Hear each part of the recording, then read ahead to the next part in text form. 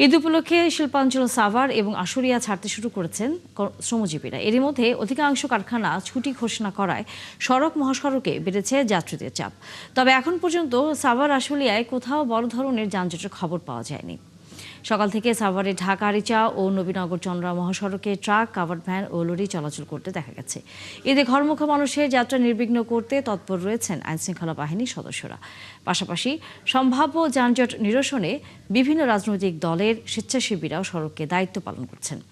এবছর ঈদযাত্রা এখন পর্যন্ত কোনো ধরনের ভোগান্তির শিকার না হওয়ায় সন্তুষ্ট যাত্রীরা।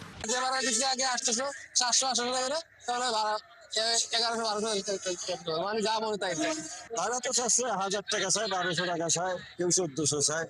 আধা ঘন্টা অফিস ছুটি হয়েছে, আসলাম এসে এই তো বাসের জন্য ওয়েট করতেছি। আমি যাবো ঠাকুরগাঁও, ভাড়া নিচে 1250। এরা তো ঈদের সময় এটা ওনাদের একটা মনে হয় বিজনেস পলিসি, ওনারা তো সব সময় ঈদে বাড়ায় দেয়, কারণ আমরা হচ্ছে হেনস্থার শিকার হই।